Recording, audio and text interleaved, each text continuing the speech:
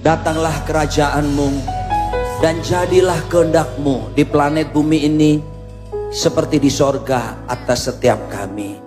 Nyatakan diri-Mu lewat firman-Mu, karena firman-Mu ya dan amin.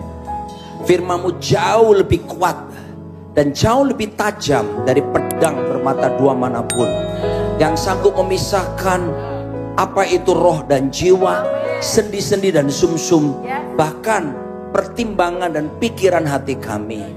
Tolonglah supaya setiap kami berani bertanggung jawab nanti ketika kami ada dalam pengadilan-Mu yang akan datang. Dan biarlah nanti kami didapati oleh Engkau bahwa kami setia, berkenan di hadapan-Mu, berbuat lebat, bahkan tinggal tetap. Berfirmanlah Tuhan, kami siap mendengarkannya. Dalam nama di atas segala nama, Raja di atas segala raja, Tuhan kami Yesus Kristus. Katakan bersama-sama, amin. Puji Tuhan.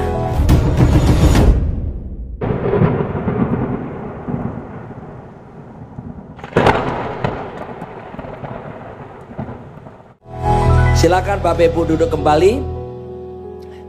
Tadi sebelum di sini saya melayani di GSJS Tunjungan Plaza.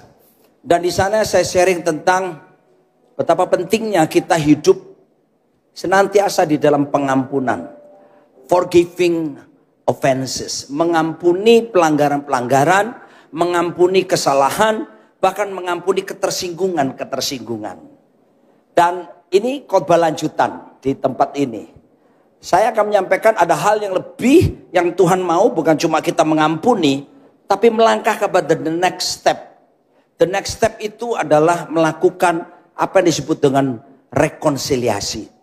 Jadi kalau saudara suka judul, saya kasih judul adalah Walking in Reconciliation. Berjalan dalam rekonsiliasi. Apa bedanya pengampunan dengan rekonsiliasi? Kalau kita mengampuni orang, ya walaupun kita dilukai, disakiti gitu. Kalau kita mengampuni, kita nggak perlu ketemu orangnya, nggak apa-apa. Dari rumah kita, dari gereja seperti ini, ingat orangnya itu menjengkelkan, telah melukai, telah membuat kita rugi, telah memfitnah atau apapun.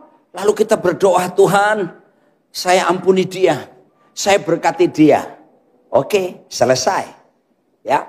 Tetapi kalau untuk rekonsiliasi, gak cukup kita berdoa sendiri. Rekonsiliasi itu membutuhkan kita mesti ketemu orangnya. Kita mesti beresin sama orangnya. Kita mesti berdamai sama orangnya.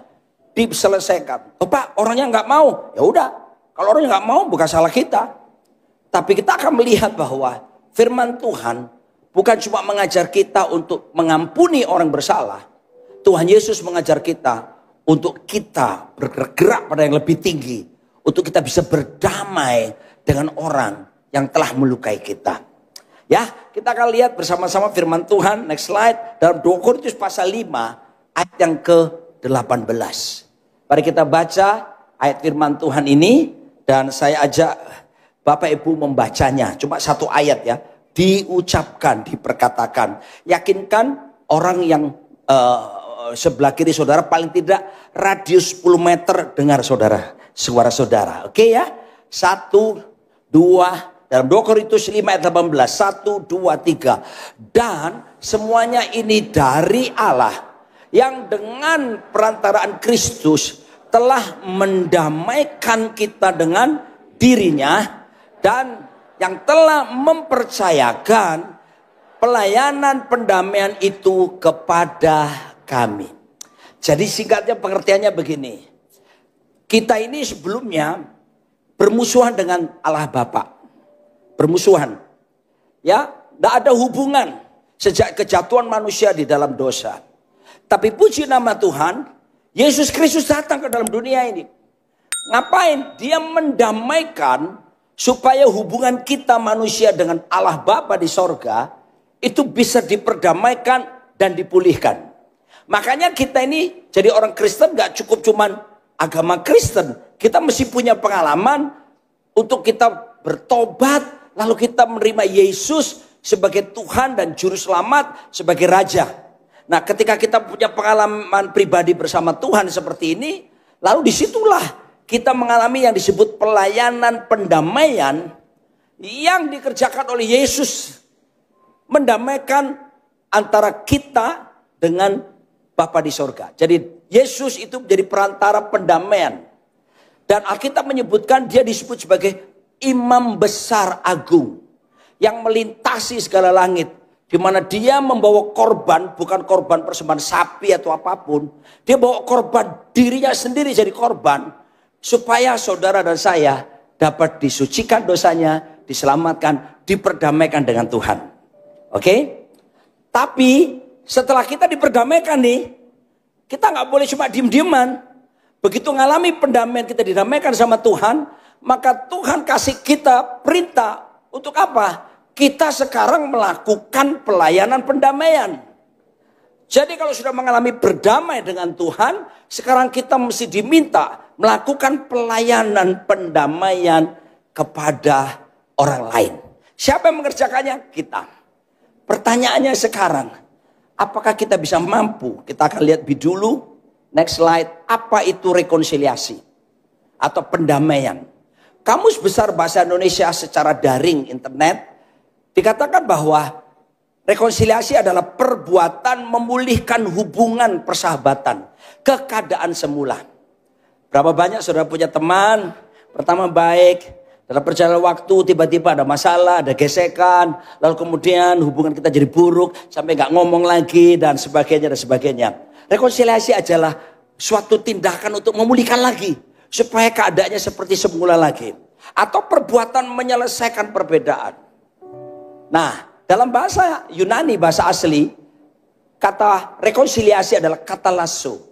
Kata lasso itu artinya didamaikan kembali. Dipulihkan kembali hubungan. Kalau saudara dengar kata bahasa Inggris repent, bertobat, ya, ada selalu ada kata re. Re itu kan kembali. Pen itu kedudukan tertinggi. Saya tinggal di apartemen lantai 30, lumayan dekat surga. Saya pikir saya paling dekat surga. Ternyata ada orang yang di atas saya 6 lantai, penthouse. Dia lebih dekat lagi kan. Nah, kata repent, bertobat itu seperti itu. Penthouse. Saudara dikembalikan kedudukan yang tertinggi. Jadi saudara, seharusnya kita bersyukur. Ketika kita bertobat dari dosa, maka kita dikembalikan kedudukan kita yang tertinggi. Seperti rencana Allah di dalam hidup setiap kita. Jadi jangan setengah-setengah bertobat ya. Saudara mesti, yes, saya mau bertobat Tuhan. Dan dikembalikan pada posisi puncak. Di mana seharusnya rencana Tuhan terjadi dalam hidup saudara. Nah, ketika kita melakukan pendamaian, itu juga dikembalikan posisinya. Dalam keadaan yang seharusnya. Kita akan lihat lagi. Saya sederhanakan dari berbagai, next slide, definisi sekarang. Sebetulnya rekonsiliasi itu apa sih? Rekonsiliasi ini, nah ini secara definisi sehari-hari. Tindakan yang dilakukan untuk mengatasi masalah dan memulihkan kembali suatu hubungan dari kondisi buruk ke keadaan damai kembali. Jadi perlu action, tindakan, duduk ngomong tok rek, mesti jadi kenyataan. Kon wis wis ngampuni, wis beres aku. Terus kon wis lek ketemu ya apa? Ya wis gak usah ketemu kayak apa. Wis pokoke aku mengampuni. Itu bukan rekonsiliasi. Ya, jadi perlu ada action, taking action. Bukan neto, no action talk only, but action speaks louder than words. Tindakan yang berbicara lebih keras daripada kata-kata. Harus kembali lagi. Harus punya komitmen yang sungguh-sungguh saya melakukan. Saya sudah didamaikan oleh Yesus dengan Allah Bapa. Sekarang saya mau melangkah lebih lagi. Nah, next slide lagi. Ada proses yang harus dilewati dalam melakukan rekonsiliasi. Saudara, gak langsung sadek saknyek, percayalah. Tapi ini saya ambil dari buku manajemen. Ya, bagaimana kita mengatasi konflik dan menyelesaikannya. Ternyata ini biblical banget. Ini sesuai dengan Alkitab diajarkan. Ya, mari kita lihat teks. Tahapan pertama apa yang bisa dilakukan pada waktu kita mau berdamai sama orang lain. Yang pertama adalah mengungkap kebenaran tentang apa sebenarnya yang memicu konflik.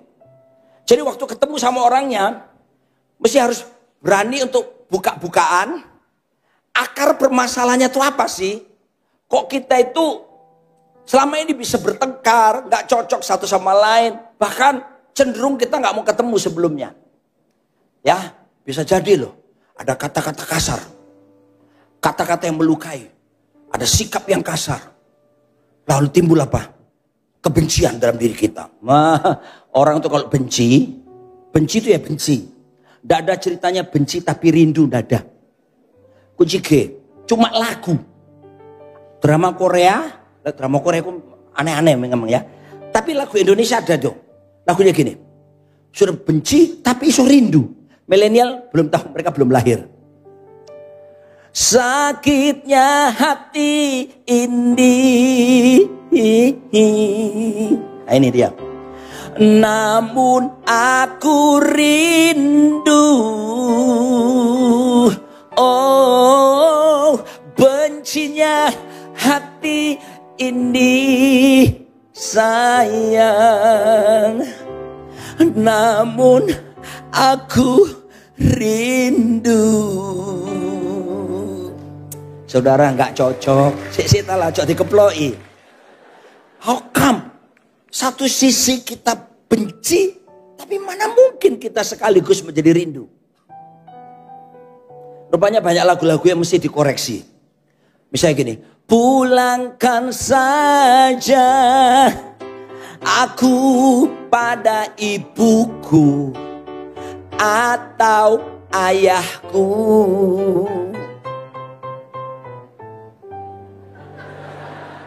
Pulangkan saja aku pada ibuku atau ayahku. Berarti papa mamanya nggak serumah lagi. Pisah. Pantesan dia minta pisah. Ketularan orang tuanya.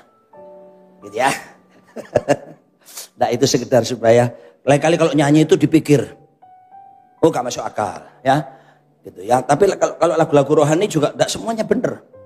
Ada beberapa lagu yang Yesus Kau Allahku. Nah ini. Yesus Engkau Tuhanku. Ini dia.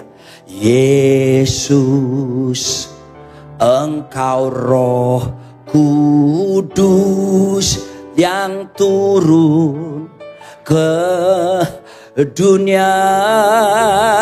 Oh, oh. Yesus bukan Roh Kudus. Yesus ya Yesus. Jadi ya mesti diteliti. Kalau enggak nanti teologi kita enggak percaya Allah Tritunggal lagi. Allah Bapa, Allah Putra, Allah Roh Kudus. Ya, 3 pribadi hakikatnya adalah satu adanya. Oke, saya enggak bahas itu. Itu nanti kalau diundang lagi ke sini ya. Tapi sudah mesti ketemu akarnya apa? Kok kamu bisa nggak ngomong lagi sama aku? Kok kamu cenderung menghindar? Gitu ya. Saudara tahu, dalam menyelesaikan konflik, John Maxwell, pakar leadership, dalam bukunya yang bernama Equip, ada 6 seri buku, saya sudah baca semua. Dia bilang gini, ada 4 jenis manusia di dunia ini kalau untuk urusan menyelesaikan masalah. Berdamaikah, mengampunikah, atau rekonsiliasi. Yang pertama, disebut cop out.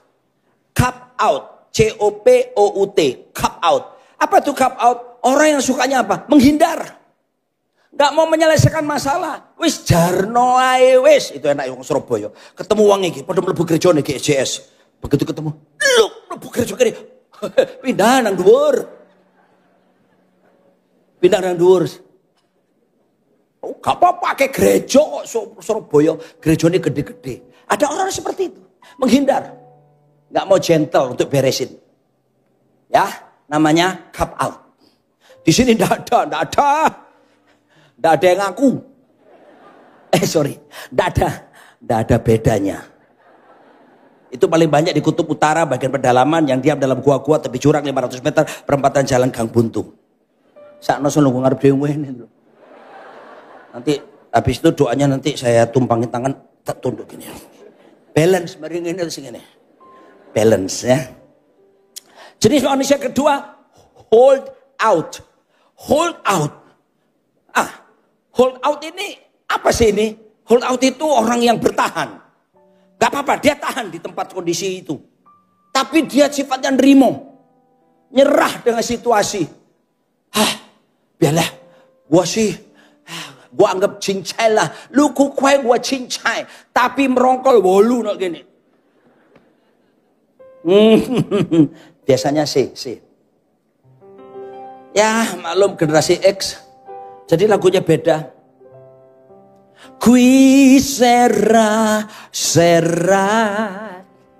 whatever will be.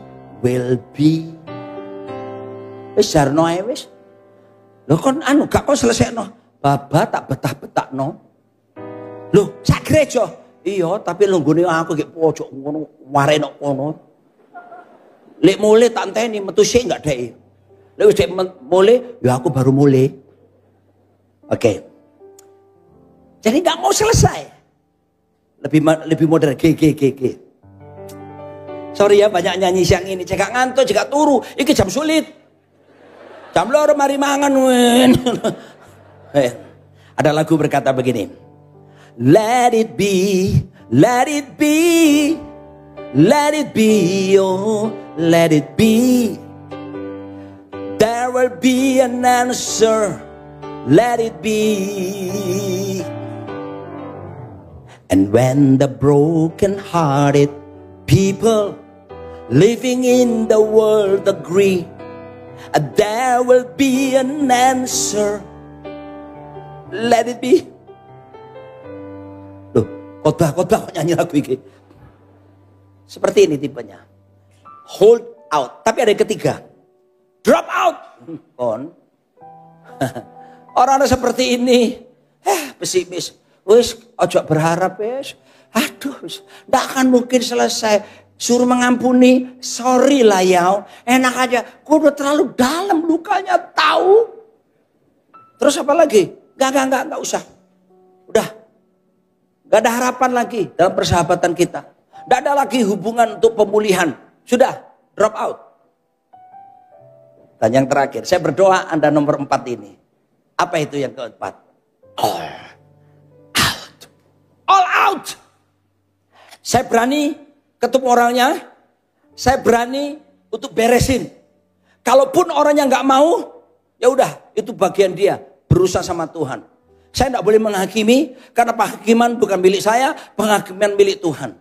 Tapi kalaupun toh orangnya tetap berkeras, saya akan merendahkan diri. Kalau perlu Pak, saya mau merendahkan diri demi pemulihan. Saya akan minta maaf lebih dulu. Orang seperti ini. Ciamik pemirsa. Ini orang ngerti kebenaran.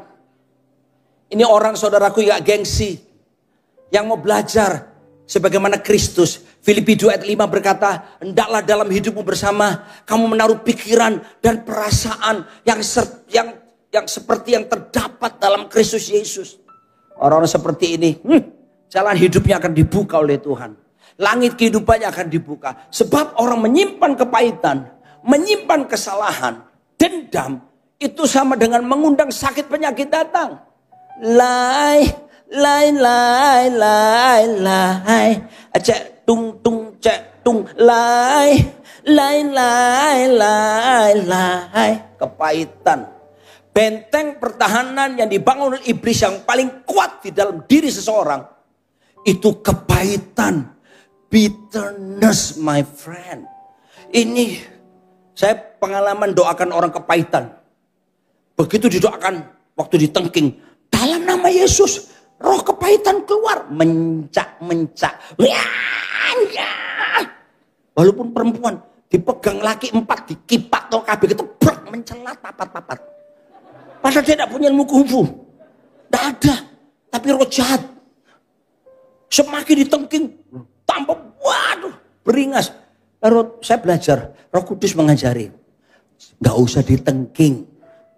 Oh, diapakan Tuhan? Suruh melepaskan pengampunan. Terus tak tenangkan, tenang. Terus mari, ngombe.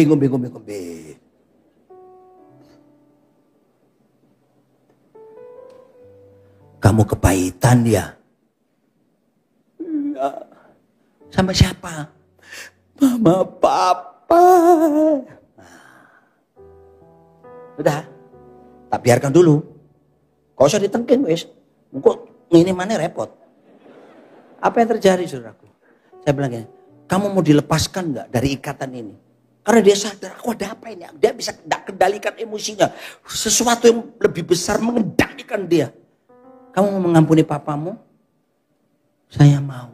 Kalau kamu mengampuni, kamu pasti akan dilepaskan. Betul, saya doakan, saya tuntun. Ikuti doa saya.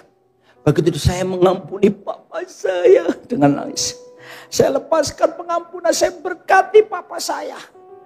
Lalu dia merasakan seperti ada sesuatu yang keluar dari dirinya. Itulah roh jahat. Keluar. Jadi saudaraku, jangan anggap sepele soal-soal seperti ini. Anda mengundang roh jahat kembali dalam hidup Anda. Ketika Anda simpan kepahitan, dendam. Saya punya pengalaman menarik. Satu kali saya pelayanan bersama istri saya, pergi ke Sydney di Australia. Selesai khotbah seperti ini, jalan-jalanlah ya ke Botanical Garden yang bagus itu. Dan di situ ada pemandangan Sydney Harbour Bridge, jembatan yang terkenal itu. Ketika saya jalan sama istri saya, ada beberapa teman-teman di Australia. Tiba-tiba saya melihat ada seorang wanita bule, usia 65 tahun. Dia naik kursi roda listrik. Saya ngomong Surabayaan, bojoku wong Surabaya. Jadi saya ngomong, enak ini numpak ikut ya gak pegel ya melaku-melaku nang taman iki. Orangnya itu seperti ngerti kalau dirasani. Itu wong bule padahal kan. Marani saya. Terus ngomong, I'm paralyzed. Oh, I'm sorry man. Lalu singkat cerita kita kenalan, namanya Lawrence. Dan dia cerita, kenapa kamu kok bisa seperti ini? Dia cerita, ternyata dia lumpuh sejak 11 tahun yang lalu. Bukan lumpuh dari lahir. Terus kami tanyakan, peristiwa apa yang membuat kamu jadi lumpuh seperti ini?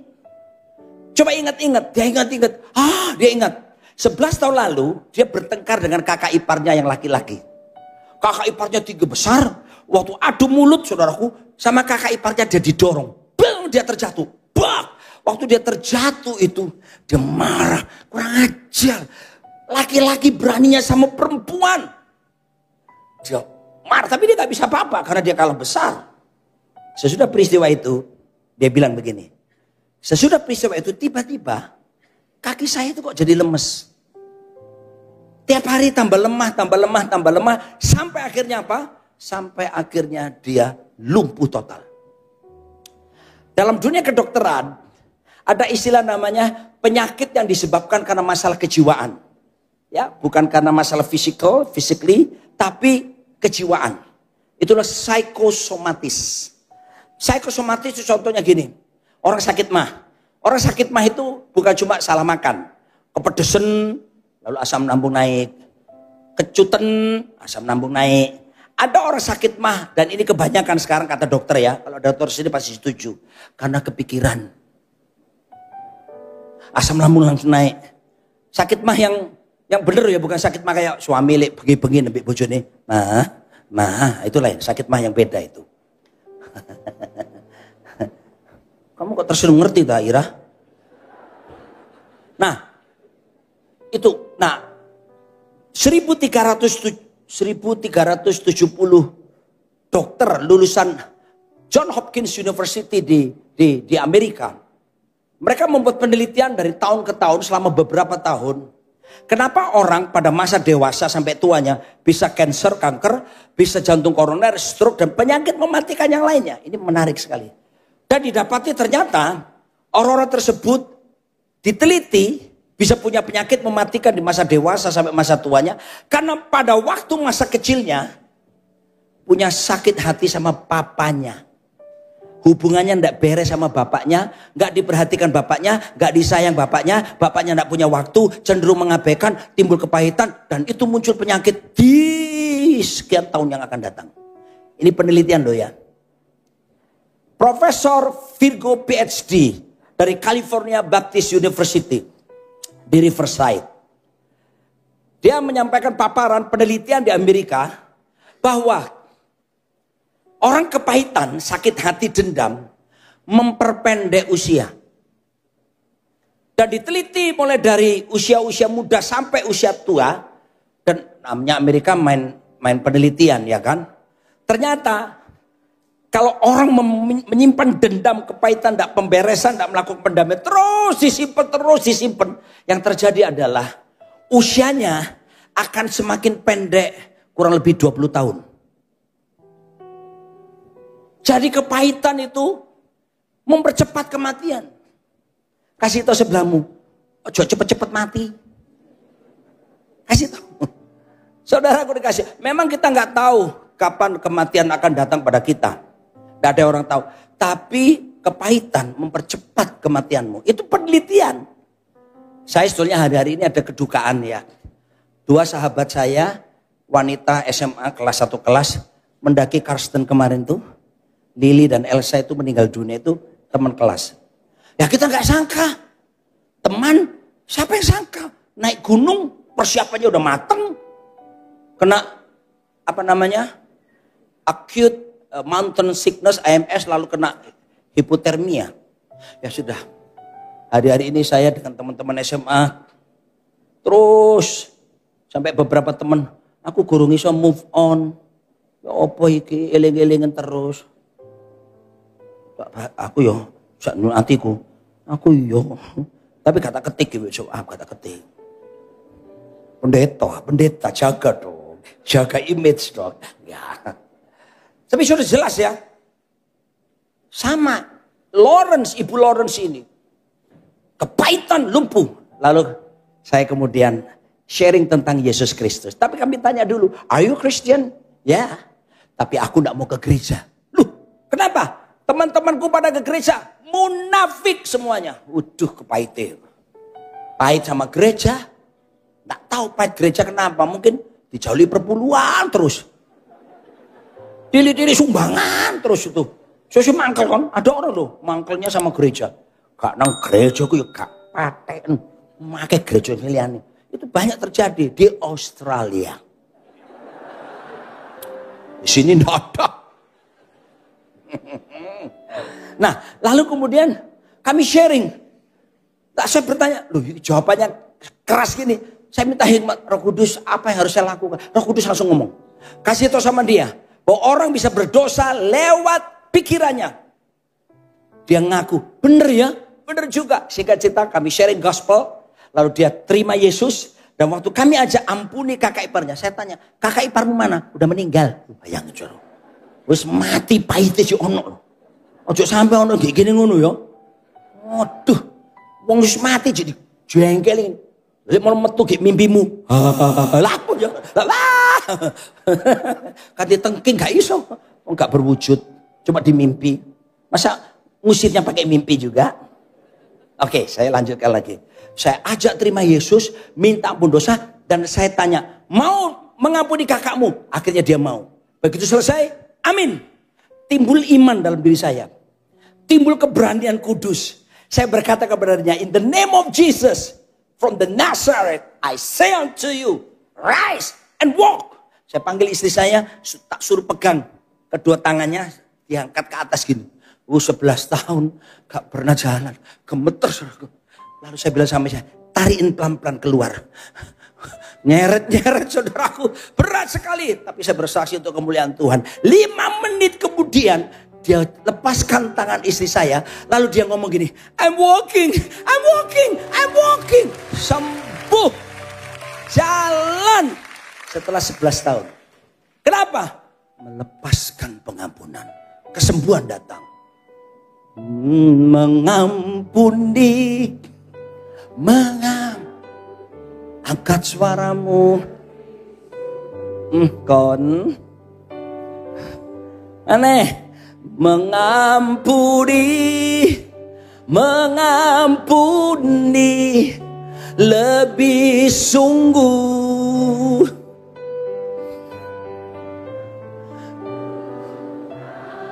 Aduh enak Aduh simfoni yang indah di telinga saya.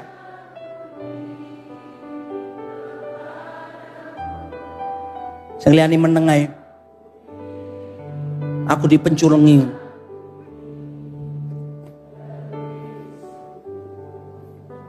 My question is, Pastor. Pertanyaan saya, pendeta. Bagaimana mungkin Saya bisa dia terlalu dalam melukai saya. Saya tunjukkan saudaraku bahwa Tuhan itu kalau berfirman, dia kasih kita modal kemampuan untuk bisa melakukan firman. Itu Tuhan kita keren. Anda berbisnis, Anda mulai usaha, harus ada modal, sepakat ya? Sama, Tuhan suruh kita mengampuni, Tuhan suruh kita melakukan pelayanan pendamaian, bukan kayak wong Surabaya ngomong, cul-culan ngadeg dewe, cul-culan ngadeg dewe. Sengarek cilik baru jalan tuh lah. Enggak, dia kasih kita kemampuan. Ada 3 modal yang saya harap saudara bisa terima ini. Dan ketika saudara mendapatkan ini, tidak ada alasan untuk tidak bisa mengampuni bahkan berdamai lagi.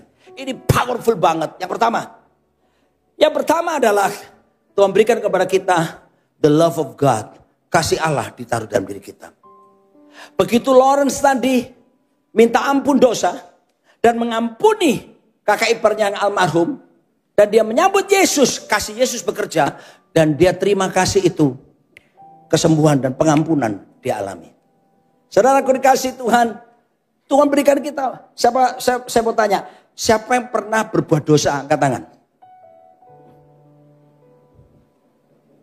Aku ini gak angkat tangan nih. Wong suci, orang kudus sih. Tolong saya minta aktif ya. Karena ini jam sulit toh. Oke. Di Alkitab itu saudara. Ada rasul hebat namanya Rasul Paulus. Dia satu kali khotbah, ngajar. Itu di lantai 3 di sebuah rumah. Ada satu murid namanya Eutikus. Duduk di jendela. Bukan nenek. Apa lagu itu mana? Burung kakak tua. Bukan neneknya di jendela ya. Burungnya di jendela. Dia duduk di jendela. Tato Paulus khotbah kan. Terus dia ngantuk. Ngantuk saudaraku. Ngantuk gak ngene. Ngantuk yang ngemalik gini. Jatuh dari lantai 3. Mati. Semua orang, waduh mati. Paulus bilang tenang. Bangkit melek mana saudaraku. Wis tangi. Mulia turuai. Saya tidak sama seperti Paulus loh ya. Paulus ada urapan membangkitkan dari kematian. Aku khawatir saudara terjatuh, mati. Aku tidak bisa berdoa untuk kebangkitan. Makan meleo jawaban aku. Kalau saya ngomong amin ngono loh. Cek aku seneng ngono loh. Amin. Jam sulit. Aku setiap kali ke GSJS kasih jam sulit terus Ira. Kasih tahu Pastor Michael. Oh sengaja ya. Kenapa? Ono mbanyole. Oke, enggak apa-apa. It's okay. Nah, aku sampai mana tadi ceritanya ya? Oh, siapa yang pernah diampuni dosanya? Siapa pernah mengaku sama Tuhan saya orang berdosa, minta ampuni? Terus saudara sadar, waktu saudara ngaku, sesuai 1 Yohanes 1 ayat 9, jika kamu mengaku dosa kita, mengaku dosamu, Allah itu setia adil, dia akan mengampuni kamu dan menjauhkan kamu dari segala dosa dan pelanggaranmu. Berapa banyak saudara waktu ngaku dosa, saudara yakin dosamu diampuni Tuhan? Aku mau lihat yang nggak angkat tangan, tak takoni. Oke, sudah ya, semuanya, saya anggap semuanya. Majority of you, of all of you. Oke. Ketika saudara minta ampun, dosamu diampuni, dengar ini. Pada saat yang sama, Tuhan melepaskan bukan cuma pengampunan, kasih agape, kasih tanpa syarat, kasih tanpa alasan itu, kasih yang cuma dimiliki oleh Kristus itu kepada saudara. Jadi dengan kata lain, waktu saudara undang Yesus masuk dalam hati saudara, Yesus dengan segala kasihnya sudah berdiam dalam diri saudara. Cu Yesus channel ya. Cu Yesus channel. Cai wasendi. Sadar nggak? Oke, setuju ya. Jadi ini kasih yang membedakan kita dengan kepercayaan lain. Kalau kepercayaan lain, kasih itu sesuatu. Kasih itu perasaan sayang. Tapi di dalam firman Tuhan, kasih bukanlah sesuatu. Kasih bukanlah sekedar perasaan sayang. Kasih adalah satu pribadi. Dan pribadi itu namanya Yesus Kristus Tuhan. Ini yang membedakan. Ini dia. Ya, 1 Yohanes 4 ayat 8, barang siapa tidak mengasihi, ia tidak mengenal Allah, sebab Allah adalah kasih. Jelas. Jadi kasih di mana sekarang? Tolong dijawab lah. Kasih di mana? Oke. Itu modal pertama. Modal kedua. Grace, anugerah. Anugerah diberikan kepada setiap kita. Apa itu anugerah? Bahasa Yunaninya charis. Charis adalah kemampuan yang Tuhan berikan kepada kita, yang membuat kita mampu untuk taat melakukan firman Tuhan. Sebab tanpa anugerah, siapapun kita, saudara dan saya pendeta sekalipun, kita akan sulit untuk bisa taat melakukan firman. Makanya waktu kita terima Yesus bertobat, Tuhan berikan anugerah. Not just saving grace, bukan cuma anugerah keselamatan, tapi juga yang disebut anugerah kemampuannya, membuat saudara bisa taat melakukan firman Tuhan dalam hidup setiap kita. Nah, anugerah ini mahal. Seluruh harta konglomerat dikumpulkan jadi satu, gak akan pernah bisa beli. Karena anugerah ini begitu mahal dan tidak bisa terbeli, maka Tuhan itu kasihan sama kita. Dikasihnya kepada kita gratis. Makanya kata grace, singkatan G-R-A-C-E, G-nya itu gift, pemberian atau hadiah. R-nya itu redemption, ada penebusan, disucikan kita. A-nya itu akses, jalan masuk bisa ketemu Tuhan karena anugerah. C-nya karakter, kita akan dijadikan semakin menyerupai Tuhan Yesus Kristus. E-nya adalah eternal life, hidup kekal disediakan bagi setiap kita. Sehingga menurut orang percaya, mati itu adalah tutup mata di bumi, meleknya di sorga. Ini yang membedakan kita. Buat orang percaya, mati adalah tutup mata di bumi, meleknya langsung di sorga. Semua tutup mata, merem, 1, 2, 3, merem. Oke, melek. Masih di Pakuwon Mall. Karena saudara belum mati. Oke. Nah, saya mau ingatkan pada setiap kita. Jadi pertama modalnya apa? Apa tadi? Love, kasih. 2, grace. 3, ini dia. The glory of God. Kemuliaan Tuhan diberikan kepada kita. Waduh, ini keren. Kata kemuliaan itu dalam bahasa aslinya, bahasa Yunani, doxa, D-O-X-A. Jadi orang kalau nggak ada kemuliaan, D-O-S-A, dosa. Yesus sanggup merubah D-O-S-A-mu menjadi D-O-X-A. Bahasa Ibraninya kabot, bobot, berat. Nah, ada orang yang datang tinggi besar di sini. Bukan kamu, Ira. I don't want to choose you. Siapa yang tinggi besar badannya? Ada yang 180-an ke atas, ada? Oh loh, Bapak itu, ayo Pak, pekerja loh, gak dasi kok. Mesem-mesem tok. Ayo Pak sini Pak. Pak tolong kesini. Kita masuk TV nih. Loh, syuting. Ayo cepet. Waktu saya habis, saya mau berdoa buat setiap kita. Oke, ayo cepet Pak. Nggak ada shortcut ya. Nggak ada jalan pintas ya. Oh ini Pak. Ayo Pak, cepet Pak. Nah, haleluya.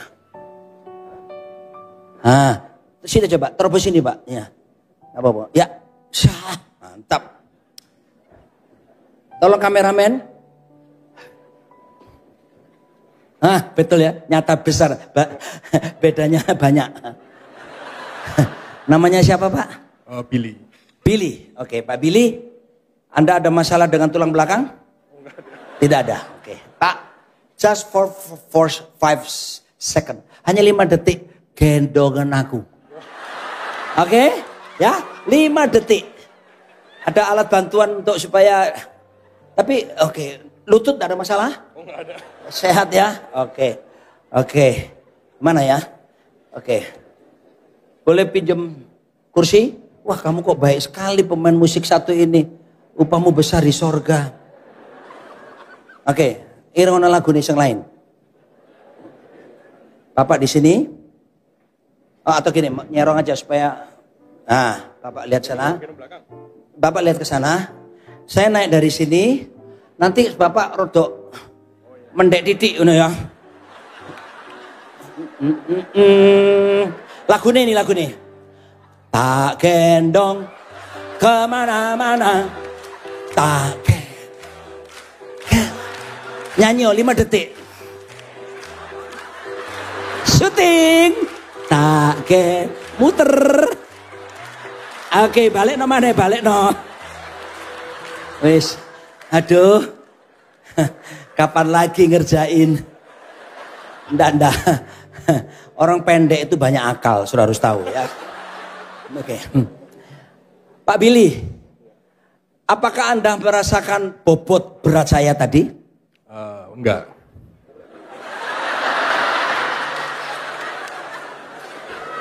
Jadi Anda anggap makhluk halus tadi yang Anda gendong? Dengerin pertanyaanku. Gak usah dijawab terlalu rohani. Biasa ya. Buka dulu topengmu. Buka dulu topengmu. Udah ya. Jawab penasil lah. Mau sampai niku gendong aku. Krosone abote awakku apa ora? Abot. Lah iya. Kok enggak ngono lho. Makanya topeng harus dibuka. Satu ke kanan. Topeng harus dibuka ya. Semua kita. Sudah ya? Abot. Misalnya Pak.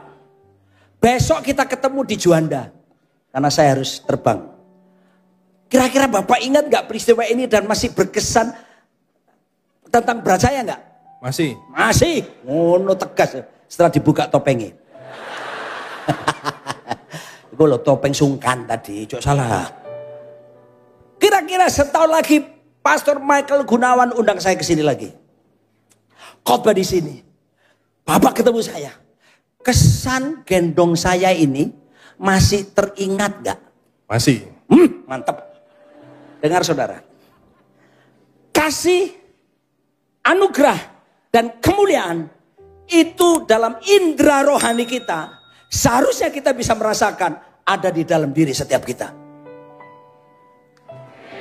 Halo, kenapa kok saya bisa lihat orang yang tidak berdaya kok timbul kasihan ya? Timbul belas kasihan. That's the power of love. Tidak kelihatan, tapi kamu ada miliki. Betul tidak? Kadang-kadang kita ketemu orang, gak mentoloh. Ya bagi aku duitku kurang, wis gak apa, cukup kabeh. Kenapa? Ada anugerah bekerja. Sama dengan kemuliaan. Bobot, itu bicara tentang bobot karakter. Itu sudah berdiam. Semua orang ada pada dirinya. Dan itu modal kuat buat kita. Untuk bisa mengampuni dan melakukan pendamaian dengan orang lain. Jadi tidak ada alasan untuk tidak bisa berkata, saya mau mengampuni. Saya tidak mau mengampuni. Tapi saya mau mengampuni. Modal sudah diberikan. Atas nama bangsa Indonesia saya ucapkan terima kasih. Semoga amal ibadahmu diterima di sisinya. Amin. Halo. Jangan keluar dari gedung ini sebelum ada pemberesan. Jangan keluar dari gedung ini sudah masih menyimpan dendam, sakit hati dengan seseorang. Mungkin sudah berkata, Pak, orang yang melukai saya, enak dia ketawa-ketawa di luar Pak. Dengar, jangan dipikir orang melukai saudara, berbuat jahat kepada saudara, lalu kemudian enak-enak. Alkitab mengatakan itu urusan Tuhan. Penghakiman milik Tuhan, tapi bukan bagian kita. Saudaraku, percayalah. Tuhan pasti melakukan sesuatu atas orang itu. Tidak mungkin Tuhan biarkan. Tapi buat setiap kita harus melakukan tindakan kasih ini. Sebab Alkitab berkata gagal melakukan tindakan kasih. Gagal mengasihi atau tidak mengasihi. Atau tidak mengampuni. Atau tidak mau rekonsiliasi. Ada konsekuensi yang harus dihadapi. 1 Korintus 16 ayat 22 berkata. Siapa yang tidak mengasihi Tuhan, terkutuklah ia. Maranatha. Ini jarang dikhotbahkan. Saudara mungkin berkata, tunggu Pak Pendeta. Siapa yang tidak mengasihi Tuhan terkutuk? Jelas dong dia tidak mengasihi Tuhan. Saya kan tidak mengasihi sesama. Tunggu dulu. Tunggu. Secara saya jelaskan secara teologisnya. Dalam Matius 22 ayat 37 sampai 39. Tuhan Yesus pernah mengajarkan tentang hukum agung. Kasih Tuhan Allahmu dengan segenap hatimu, dengan segenap jiwamu, dengan segenap kekuatanmu. Lalu hukum yang kedua, Yang sama dengan hukum yang tadi, yaitu kasih Tuhan, adalah kasihi sesamamu manusia seperti dirimu sendiri. Jadi setelah kita mengalami kasih Kristus diampuni dosa kita, maka yang kedua tindakan kita melepaskan kasih, melepaskan pengampunan, melakukan pendamaian kepada sesama kita.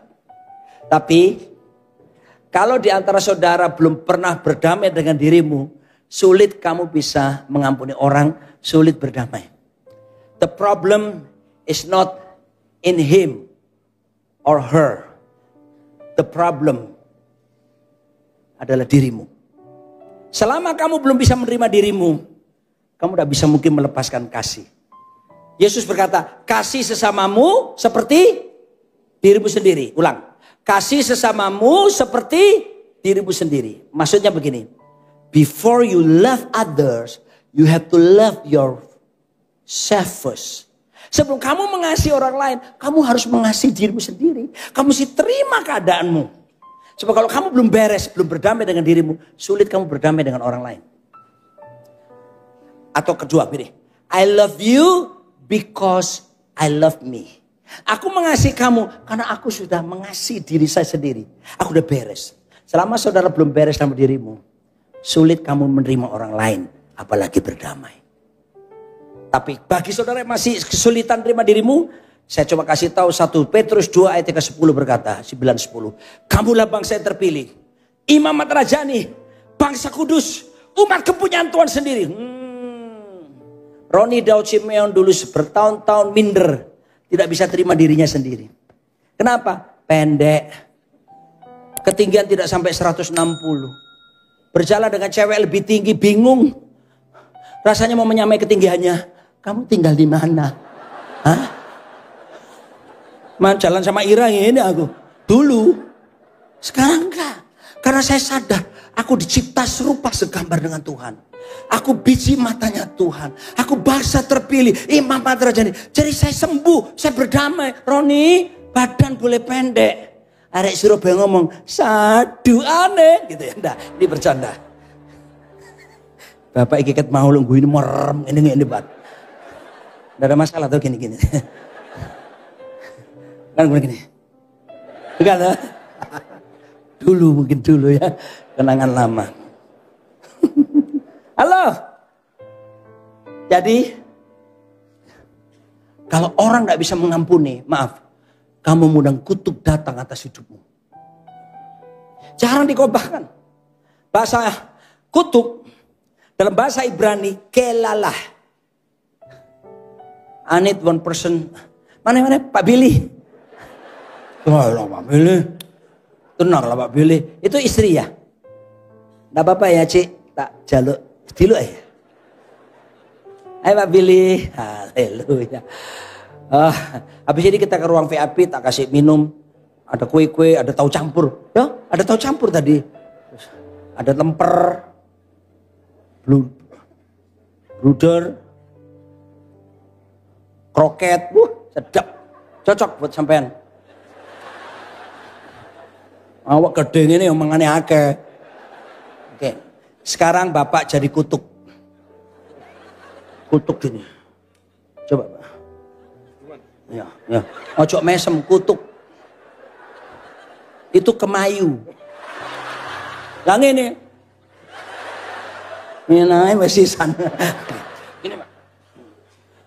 The meaning of kelala curse is it's a power who covers someone. Sebuah kuasa yang menudungi seseorang. Gini Pak tangannya. Di mana kuasa ini akan terus menyertai orang tersebut. Ikut saya Pak. Kemanapun orang itu pergi. Di bawah kutuk ini ya. Orang itu akan dibuat susah hidupnya. Dibuat rugi. Dibuat tidak bahagia. Dibuat sakit-sakitan. Dibuat sengsara. Hal-hal yang negatif akan terjadi dari waktu ke waktu dalam kehidupannya. Siapa yang mau seperti ini? Angkat tangan. Siapa yang mau hidup terkutuk? Tidak ada satupun kan? Tapi lawan dari kutuk apa? Berkat. Apa itu? Ibraninya barak. Barak it's a power also, but different power. Sebuah kuasa Yang menudungi seseorang, tapi bukan cengkram. Beda no berkat. Sekarang mesemo. Tangan ini.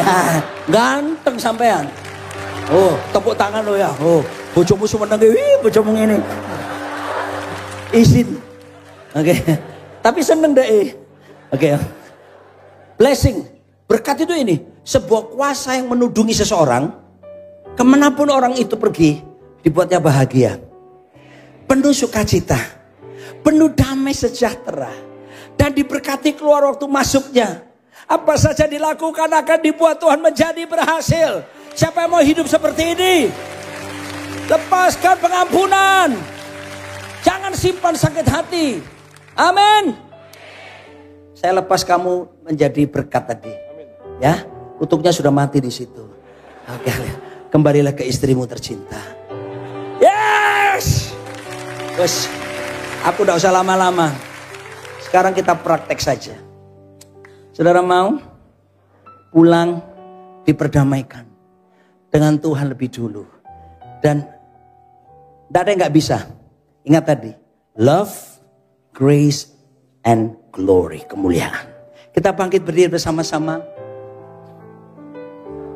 Satu poin lagi. Sambil berdiri supaya tahu selesai. Kameramen tetap ya. Ini nyambung. Gagal mengampuni. Gagal melakukan rekonsiliasi. Ada akibat buruk selanjutnya. Roma 1 ayat 17 sampai 27. Ini aku terus terang. Tolong dengar baik-baik, jangan tersinggung. Karena saya menyatakan kebenaran. Konsekuensi dosa dan hukuman akan terjadi. Murka Allah akan terjadi. Ada orang yang tidak bisa melepaskan kasih. Yang tidak bisa mengampuni. Yang dendam disimpan terus. Akan ada murka Allah. Ada dosa. Diserahkan kepada dosa. Salah satu dosa dicatat di Roma 1. Ini adalah, dengerin ini. Dosa LGBTIQA++.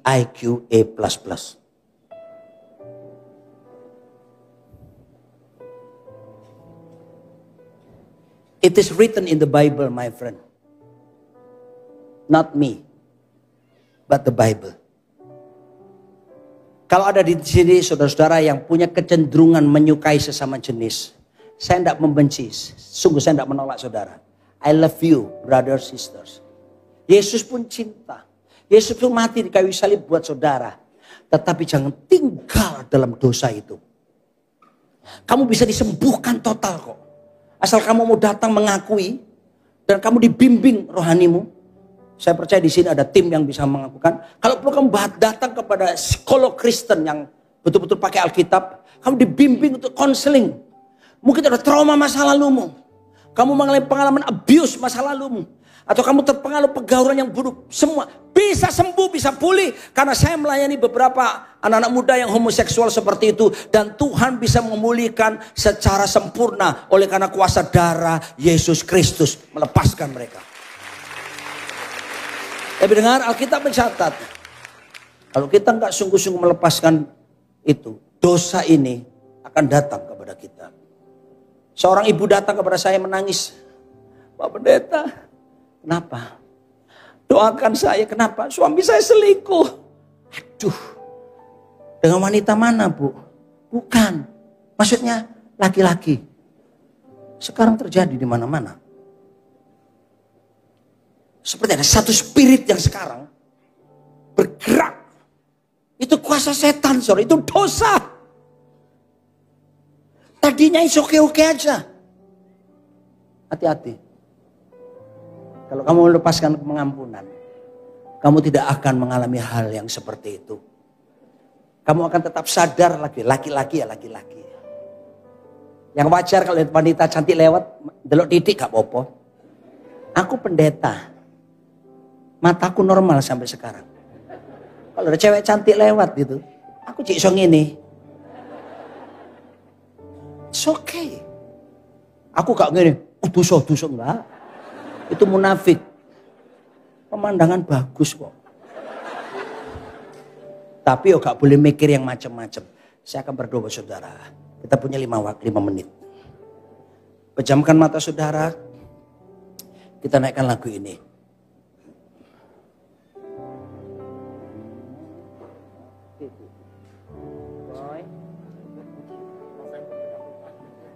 Mengasihi, mengasihi lebih sungguh.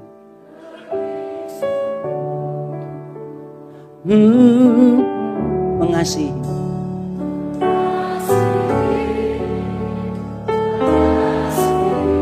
Lebih sungguh. Oh,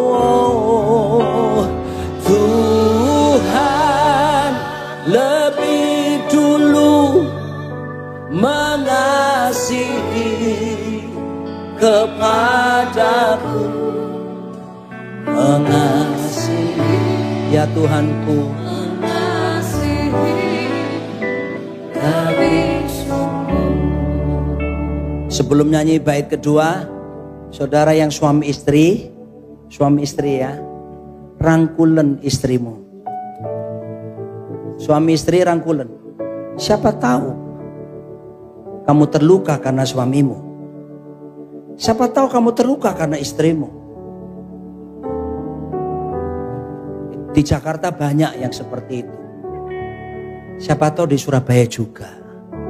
So, jangan cuma digandeng, rangkulen. Beri rasa aman kepada istri saudara. Kita akan berdamai dengan Tuhan dan berdamai dengan pasangan kita kalau ada masalah tentunya. Sekarang kita ganti bait yang kedua. Mengampuni, mengampuni lebih sungguh. Mengampuni. Aku berdoa ketika kami nyanyi lagu ini, Roh Kudus jamah, khususnya pasangan suami istri. Kalau ada hubungan yang mulai retak, hambar, kadang ada kepahitan, sakit hati, dendam, pulihkan Tuhan. Biarlah kasih yang mengampuni ada bergerak di antara mereka berdua. Lebih dulu mengampuni kepadaku, oh ya Tuhanku, mengampuni lebih. Satu kali lagi, mengampuni. Kalau suami merasa salah, bisikan di telinganya, maafkan aku sayang. Demikian pula istrinya, maafkan aku sayang, aku terlalu kasar sama kamu, aku seenaknya sendiri.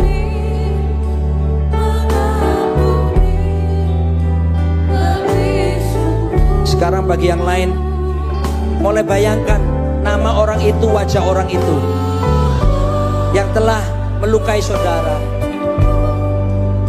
Sebutkan namanya bahkan. Saya akan berdoa supaya Anda dilepaskan dari ikatan apapun.